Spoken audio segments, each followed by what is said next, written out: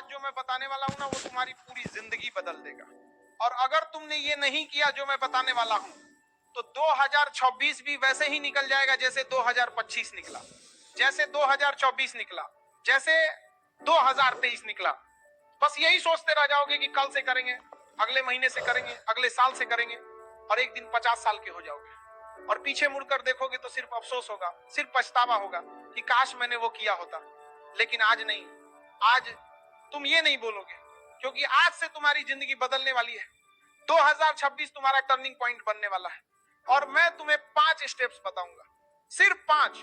लेकिन ये 5 स्टेप्स इतने पावरफुल हैं कि अगर तुमने इन्हें सही से फॉलो किया ना तो तुम्हारी जिंदगी कभी पहले जैसी नहीं रहेगी, कभी नहीं। तो आप कलम पकड़ो, डायरी निकालो और लिख लो ये 5 स्टेप्स, क्योंकि ये सिर्फ सुनने की बात नहीं है, ये करने की बात है। और अगर तुमने किया ना तो 31 दिसंबर 2026 को जब तुम पीछे मुड़कर देखोगे तो तुम्हें खुद पर गर्व होगा, इतना गर्व कि तुम रो पड़ोगे, खुशी के आंसू कि हाँ मैंने कर दिया, मैंने अपनी जिंदगी बदल दी। Step number 1, the death visualisation. हाँ भाई, मौत की कल्पना। तुम सोच रहे हो मैं पागल हो गया हूं, लेकिन नहीं, ये सबसे पावरफुल स्टेप है। आज से तुम रोज सुबह उठकर 5 मिनट के लिए आंखें बंद करोगे और सोचोगे कि आज तुम्हारा आखिरी दिन है, आज शाम को तुम मर जाओगे, और फिर सोचो क्या तुम खुश हो, क्या तुमने वो सब किया जो तुम करना चाहते थे, क्या तुम्हारे माता पिता खुश हैं, क्या तुमने अपने सपने पूरे किए।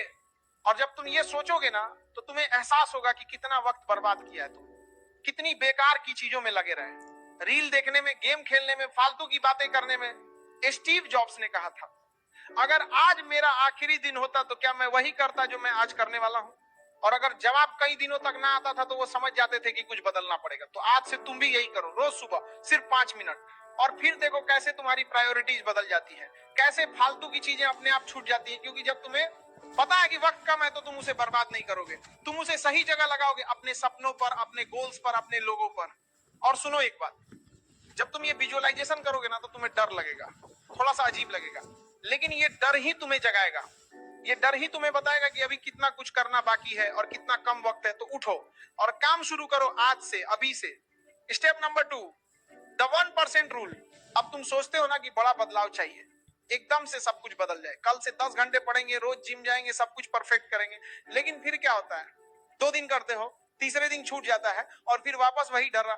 तो अब ऐसा नहीं करना है, अब तुम्हें सिर्फ 1% बेहतर बनना है रोज, बस 1% कल से बेहतर। आज 5 मिनट पढ़े तो कल 6 मिनट पढ़ो, आज 10 पुशअप्स किए तो कल 11 करो, आज एक किताब का 1 पेज पढ़ा तो कल 2 पेज पढ़ो।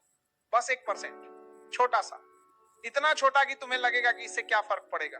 लेकिन सुनो, अगर तुम रोज 1% बेहतर बनते हो ना तो 365 दिन बाद तुम 37 गुना बेहतर बन जाओगे। 37 गुना, सोचो, आज जो तुम हो उससे 37 गुना बेहतर।